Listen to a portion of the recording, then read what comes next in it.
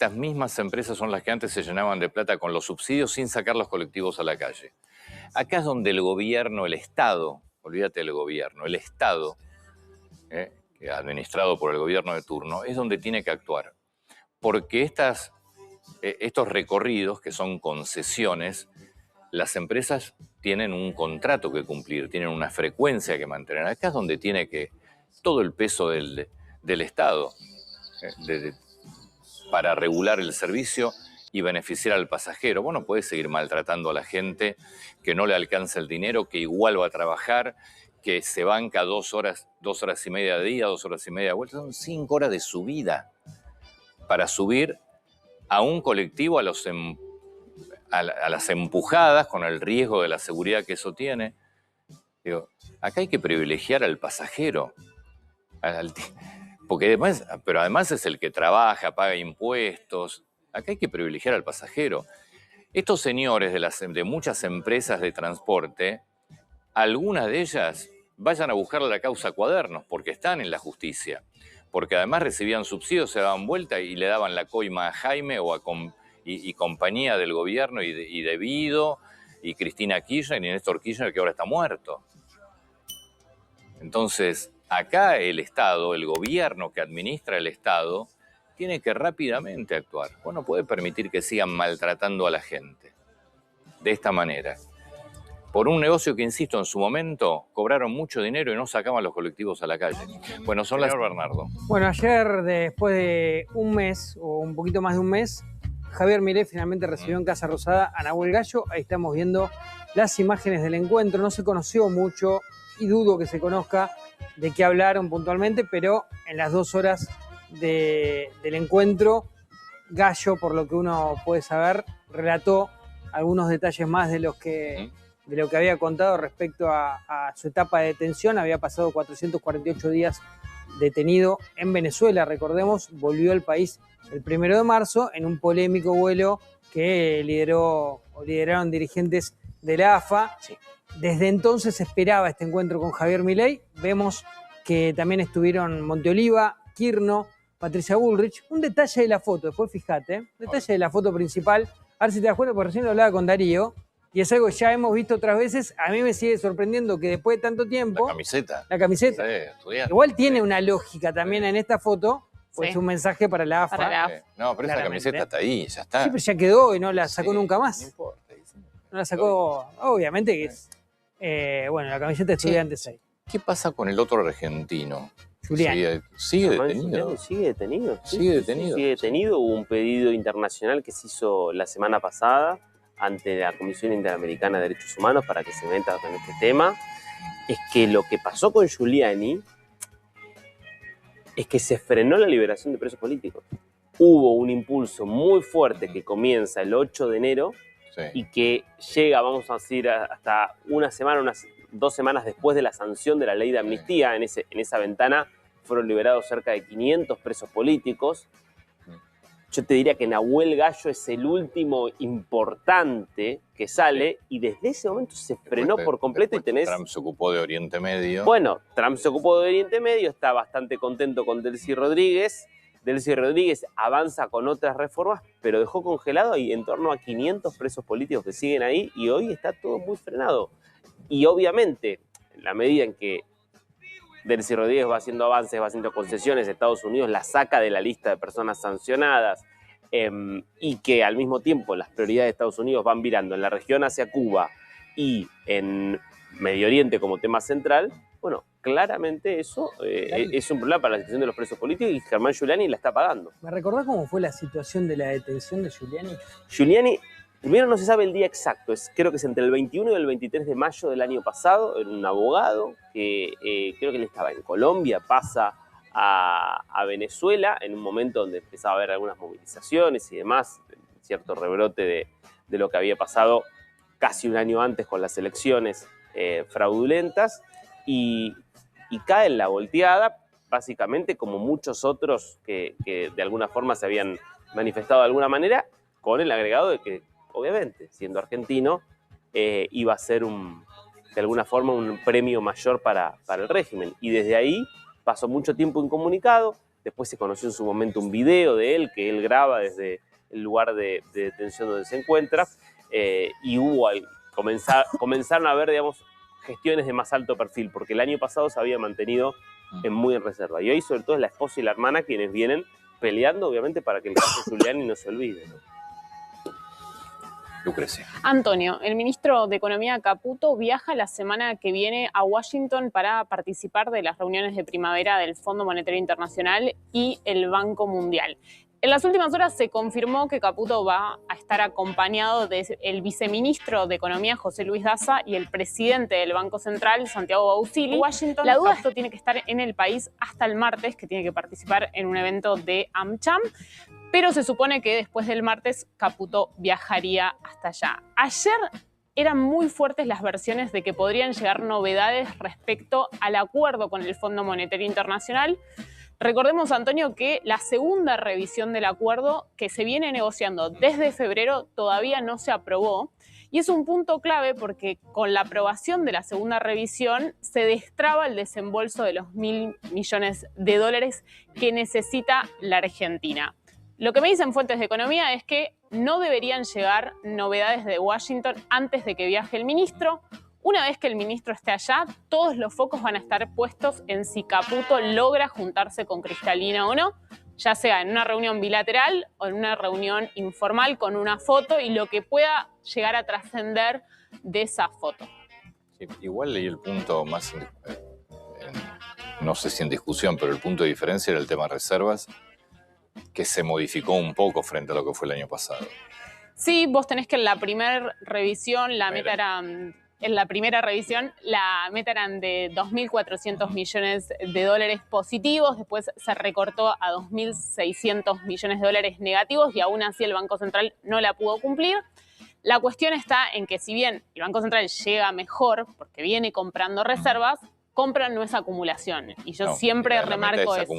La meta es acumulación y hay que ver ahí si Caputo logró convencer al fondo de que las metas no sean trimestrales, como son en todos los acuerdos con el fondo, y que la meta sea anual.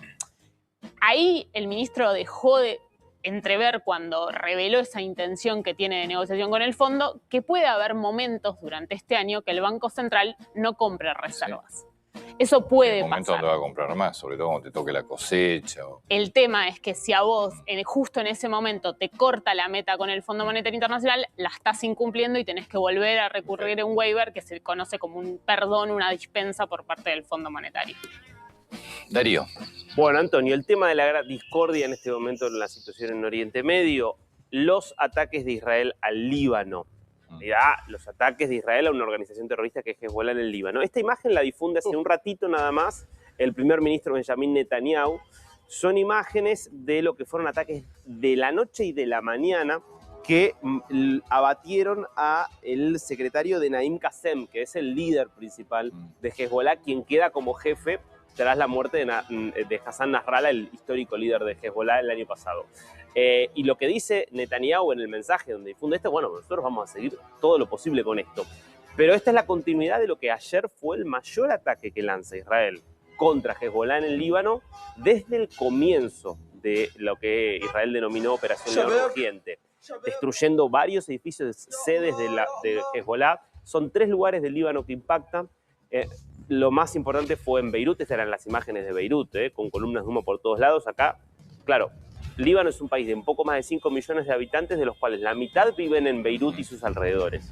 Y Beirut y sus alrededores se ha convertido en una ciudad parcialmente tomada por Hezbollah.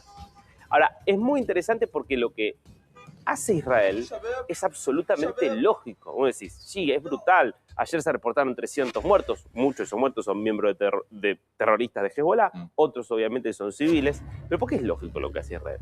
Israel no empezó esta guerra. Israel empieza con Estados Unidos una guerra contra Irán, un país que abiertamente quiere destruir Israel desde hace 47 años. Que financia Hezbollah. Y que financia a Hezbollah. Pero Israel no se mete en este caso con Hezbollah. Es Hezbollah quien empieza a atacar a Israel en solidaridad con Irán. ¿Qué se supone que tiene que hacer Israel? Dejar que Hezbollah lo ataque. Hay un cese del fuego, entonces dice, Israel hace peligrar el cese del fuego. el cese del fuego que se lo imponen a Israel, pero Israel no quiere hacer un cese del fuego con Irán, se lo impone Estados Unidos, ok, es el socio mayoritario, acata. Pero mientras pueda va a seguir atacando todo lo posible a Hezbollah, porque hoy en el norte de Israel no se puede vivir. No se puede vivir porque los ataques con cohetes por parte de Hezbollah son permanentes y es un país que defiende a su población. Y Líbano, lamentablemente, el gobierno libanés, las Fuerzas Armadas libanesas que prometieron desarmar a Hezbollah no están en condiciones, no pudieron hacerlo, y todas las fuerzas internacionales que están allí tampoco. Entonces, Israel, que tiene, como cualquier país normal, como prioridad proteger a su población, va a seguir en la medida que pueda con estos ataques. Después, sí, la duda es lo que planteábamos antes. Si en algún momento Estados Unidos le dice, hasta acá, tenés que firmar un cese del fuego, lo que obviamente sería un problema para Israel. Hezbollah es una amenaza para el mundo, no para Israel. Este es el otro problema. Claro, pero ningún país lo siente tanto como Israel. Hasta que... Después tenés a AMIA, tenés embajada, tenés... tenés a Atocha. Sí, bueno, Atocha no fue puntualmente Hezbollah, pero son organizaciones... Pero son las mismas organizaciones. Con la misma idea, con la misma lógica. Pero está bien, pero son distintos, ¿verdad? Pero es lo mismo, vos tenés raíz. que atacar el terrorismo, Claro. Y el terrorismo, digamos, que se nutre de esto, lo tenés que atacar en todos lados, por supuesto. Porque estás mirando Israel, pero en realidad, mirá Argentina, el terrorismo, lo que fue en la Argentina, los ataques de AMIA, los ataques de la embajada. Sí. Mirá España, mirá Londres, mirá Estados Unidos, Francia. Bueno, todos esos países hoy están condenando a Israel diciendo no, tiene que haber un cese del fuego, pero porque el argumento es pactemos con el terrorismo, dejemos intactas estas organizaciones que por ahí por un tiempito no nos atacan. Cuando Como vos. escribe, no, yo no dije Vos nada. que subís tus No, goles, pero puntín, se buenísimo. nota, ting, A altas se horas. nota, ting. se nota Buenísimo. cuando sabe Sí, sí. juega bien. Lo ha pasado con Salerno, con Juan Vélez. ¿Verdás? Ese video. Ese video hay que buscarlo, es único. Sí. Valeria. Antonio, ¿recuerdan a los 5 argentinos acusados de robar en Miami, en el shopping, que estuvieron detenidos? Bueno, que fue todo un tema, ahí estamos viendo las imágenes. Tuvieron que declarar, estuvieron con el mameluco naranja. Bueno, la realidad es que después de 4 meses de investigación en Estados Unidos, los absolvieron. No hay pruebas suficientes para ni siquiera llegar a la etapa de juicio oral. La Fiscalía retiró los cargos para los 5 mendocinos. Recordemos, ellos estaban adentro de un shopping, guardaban, como muchos argentinos hacen, la mercadería dentro de las valijas. En el medio suena una alarma y uno de ellos explica que cuando llega la policía, él se puso nervioso, no sabía cómo hablarle al policía, no le entendía en inglés y que manejó mal la situación ya de entrada, lo notó muy nervioso y que para él ese fue el problema que desencadena en todo este escándalo, que después los van a perseguir a la parada del colectivo, no sé si recuerdan, que les abren las valijas. Bueno, la realidad es que los argentinos pudieron demostrar que todo lo que tenían en su poder lo habían pagado. Recordemos que habían vuelto a la Argentina con $4.000 de fianza y ahora ya está, no van a ir a juicio. Tampoco tienen ningún problema para entrar a Estados Unidos. La causa Primero sé que había una de las acusaciones que era un absurdo. Una organizazación delictiva. Eso es lo primero que se cae. Después, a medida que pasa el tiempo, se empieza a caer lo otro. Las 2 acusaciones eran justamente que integraban esta red delictiva organizada. Ya que no robaron nada, finalmente. No, y hurto. Y al final desestimaron las 2 acusaciones, los 5 absueltos. Así que Era muy poquito. Al final no los hicieron Cuando vos quedar veías mal. la suma... $2.000 creo que Era raro, digamos. No, que si vas a robar, que robes tan poquito. Y te acordás que habíamos mostrado también los tickets que nos había mandado el abogado, que habían hecho gastos de $8.000 capaz ese día en teléfonos, en tecnología. Era raro que gastando tanta plata robaran algo, como decís vos, de tan poco valor. Eran muy poco, me acuerdo que era un reloj de lo que se los acusaba. Bueno, al final se cayó toda la acusación, ni siquiera van a ir a juicio oral. Tienen motivo para reclamar una indemnización mínimamente. Probablemente, El vamos a ver abogado ahí cómo sigue. despierto. Por lo pronto te tienen que devolver lo que gastaste de abogado. Sí. Seguro. Que no Y la ha sido fianza no la sé qué fianza va a se pasar devuelve. con eso. Sí. Sí, la fianza se devuelve. Pero vos pagaste abogados, debes haber tenido algún otro gasto más. Y después la acusación, qué sé yo. No sé cómo es el sistema en Estados Unidos, si tenés posibilidad o no. Yo creo que ya les conviene no tener ningún conflicto con Estados Unidos, así pueden volver, ¿no? Ingresar.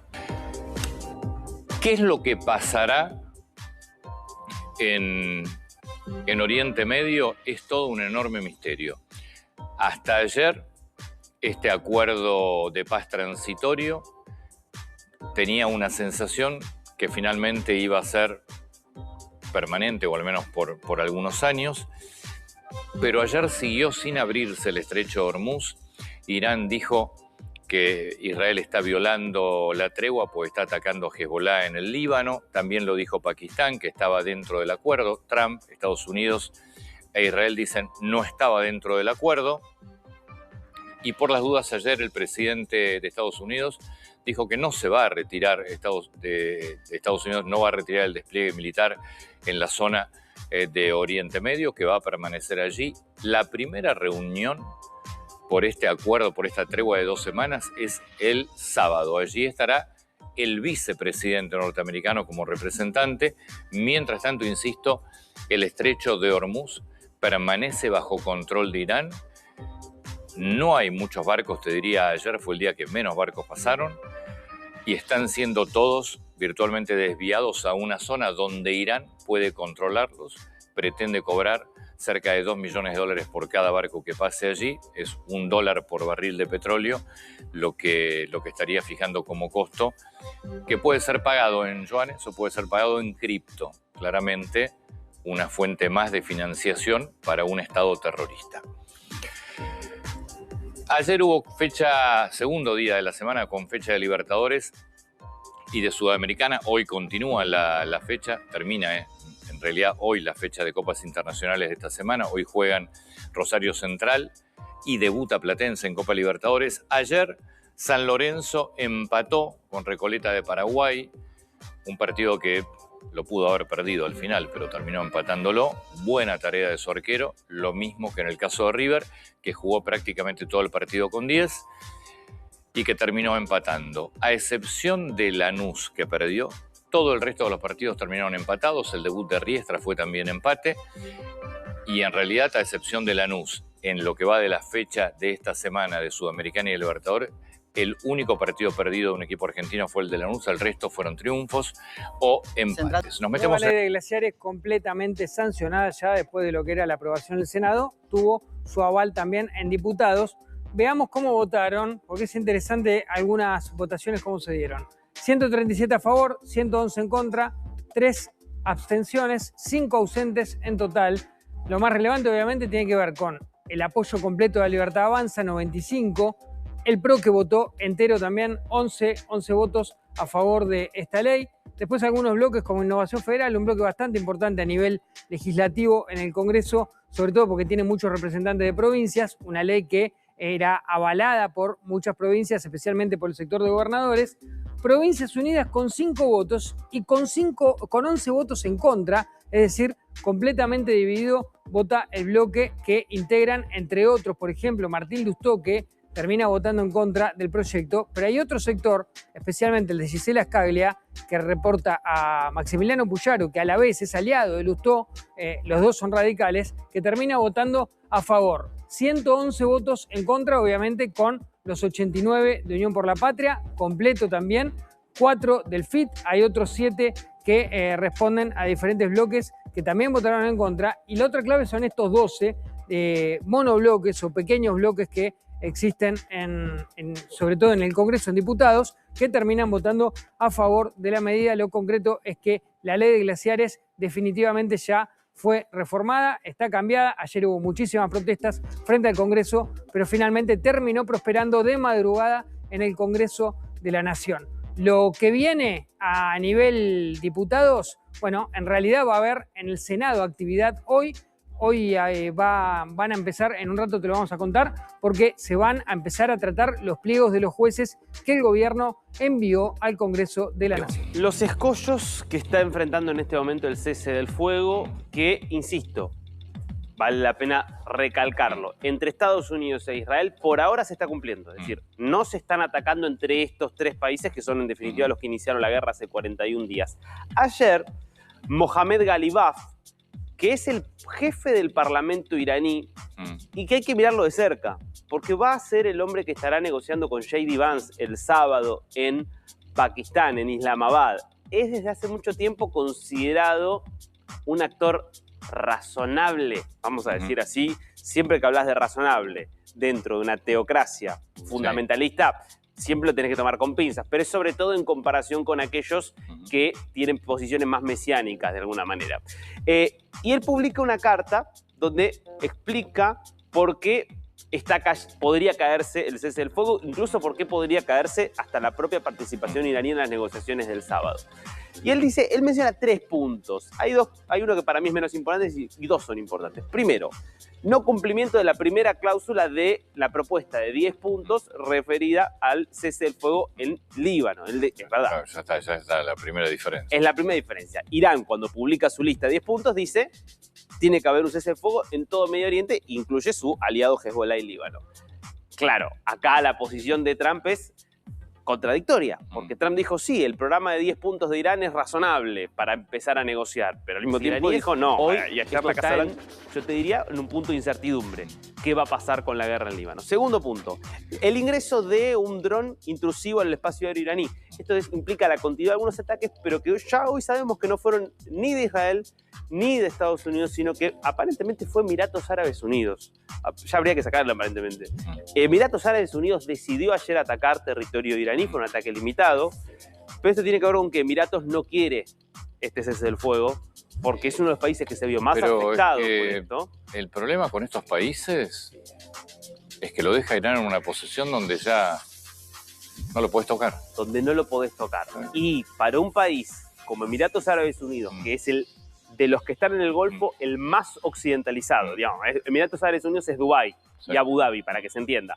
De los más occidentalizados, de los que habían convertido de alguna forma en uno de sus principales activos el atraer empresas e inversores de Occidente a que se instalen. La seguridad era en Dubái, fundamental, porque era un lugar absolutamente seguro. Y esa seguridad se vio absolutamente comprometida en los últimos 41 días. Dicen, no, vamos hasta a fondo, hasta no destruir a Irán, no paremos. Bueno, claramente por eso ayer me parece que hubo un intento de atacar, sobre todo para hacer caer este cese del fuego. Y el tercer punto que menciona Galibaf es la cuestión nuclear. Él dice ¿no? La negación del derecho de Irán al enriquecimiento de uranio, que estaba incluido también en la 6ª cláusula de ese plan de 10 puntos. Es decir, Irán dice, nosotros queremos seguir teniendo el derecho a enriquecer uranio, y Donald Trump había publicado ayer que juntos iban a buscar. Dijo 2 cosas. Primero, juntos vamos a buscar los 440 kilos de uranio ya enriquecido que está enterrado. Pero además, Irán se compromete a no volver a enriquecer uranio. Cuando todo lo que está diciendo Irán es lo de enriquecimiento de uranio. Entonces yo te diría, los 2 grandes escollos son Líbano y el tema uranio. Y la verdad es que en este momento hay mucha incertidumbre respecto de cómo se van a resolver esos 2 puntos. Si efectivamente Irán va a decidir, bueno, ¿sabes qué?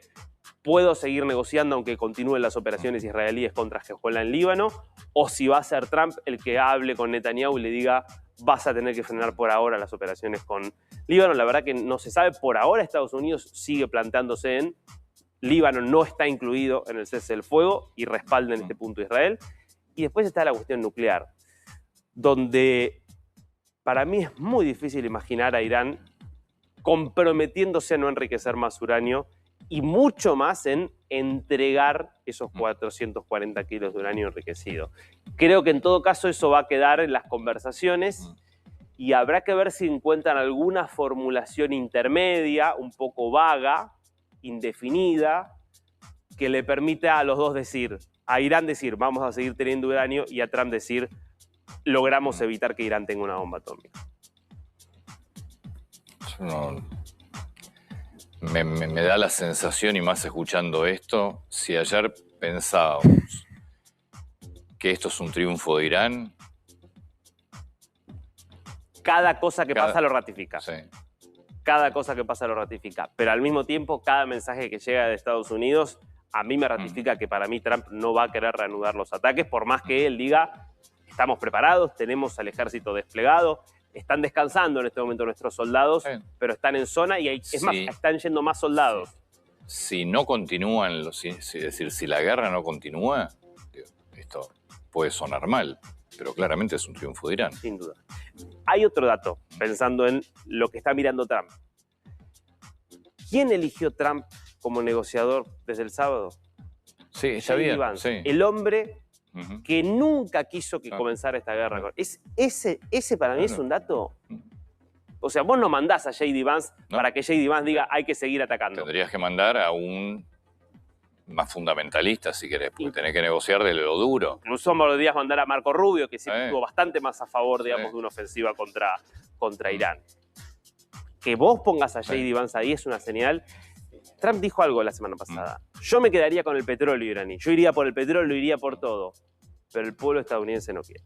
O sea, él se está dando cuenta de que ir a fondo militarmente implicaría una guerra larguísima, complejísima, con resultado incierto. Lo que pasa es que si vos decidiste no ir a fondo, la pregunta es, entonces, ¿qué hiciste hasta ahora?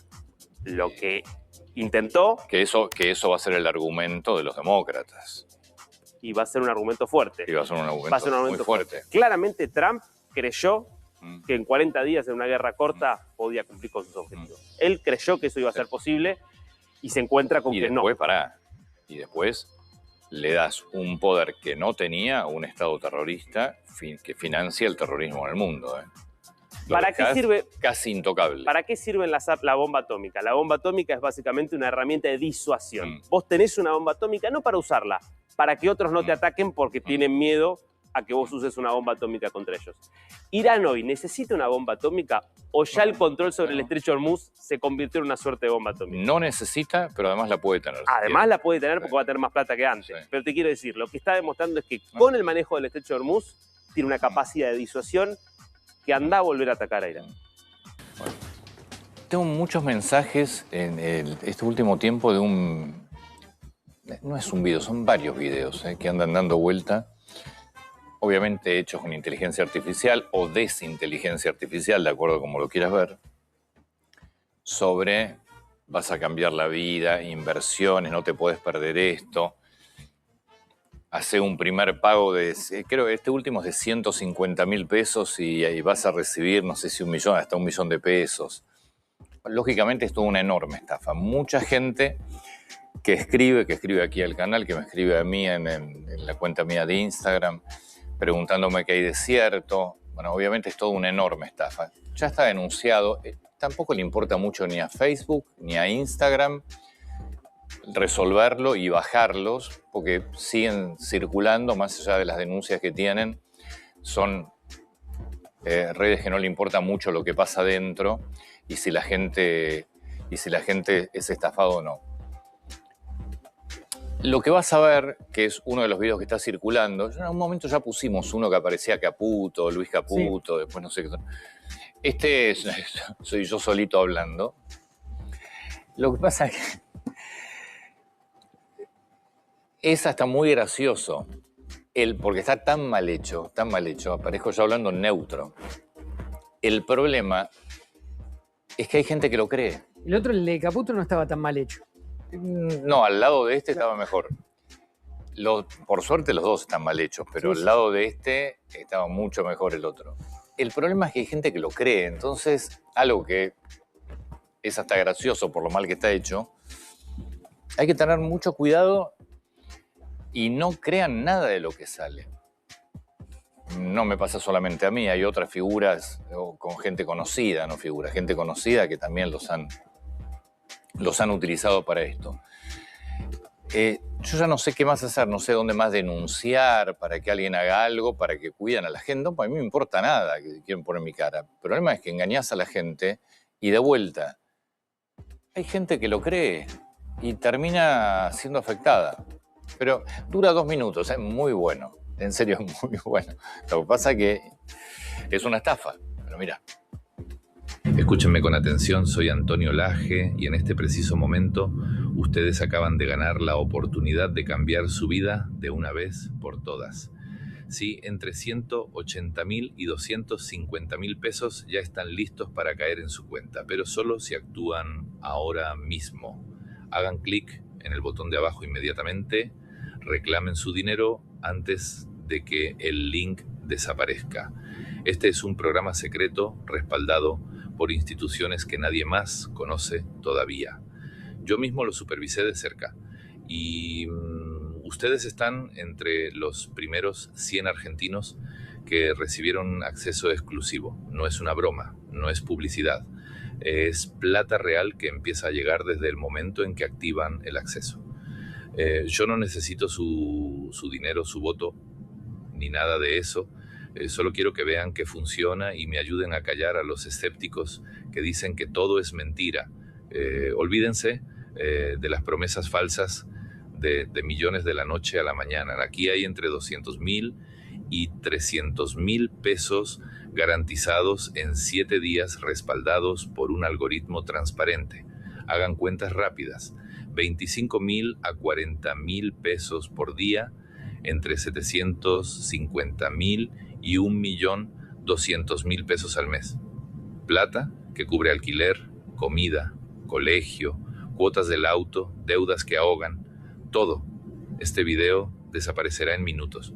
Si cierran la pestaña o se distraen, el link se va y otra persona se queda con su lugar. Nuestro sistema no es pirámide, no es nada que hayan visto antes. Es una inteligencia artificial argentina que trabaja mientras ustedes duermen, toma decisiones en segundos y no pierde nunca. Lo probamos con madres solteras en La Matanza, jubilados en Córdoba, taxistas en Buenos Aires. Después de 7 días, cada uno tenía entre 200.000 y 300.000 pesos reales en el banco. Dinero de verdad, no promesas. No necesitan entender de tecnología, eso no, Bueno. no importa. Si esto no fuera Qué una bárbaro, estafa, Antonio, no, pero si esto no fuera una estafa y si no hubiese gente que lamentablemente lo cree, es muy gracioso. La Matanza. Sí, pero más en Bueno. neutro. Sí, neutro total. Neutro. Me hace acordar a Freddy Villarreal, una Sí. imitación de No, Freddy. El problema es que vos lo ves y decís, a ver, te das cuenta. Hay gente que no se da cuenta. No. Que este es el secreto de estas estafas que están haciendo todo el tiempo. De 1.000 personas o de 10.000 personas, con que uno lo crea, empezás a sumar, esto se recontra viraliza. Sale la cantidad de mensajes y... Bueno, te pasa frecuentemente con todas las cuentas fake también Bueno, que hay por eso. tuyas. Claro, pero esto es muy notorio que es falso. No, eso es tremendo. Pero así todo, hay gente que lamentablemente termina cayendo. Entonces, sí, esto que es recontra notorio. Imagínate lo que son las otras estafas. No, eso es una locura. Porque esto tiene un link donde vas, Sí. te dicen que tenés que dar el teléfono, ¿no? Terminás depositando plata, ya conocen tu teléfono. Evidentemente hay gente que puede ser afectada y pasa.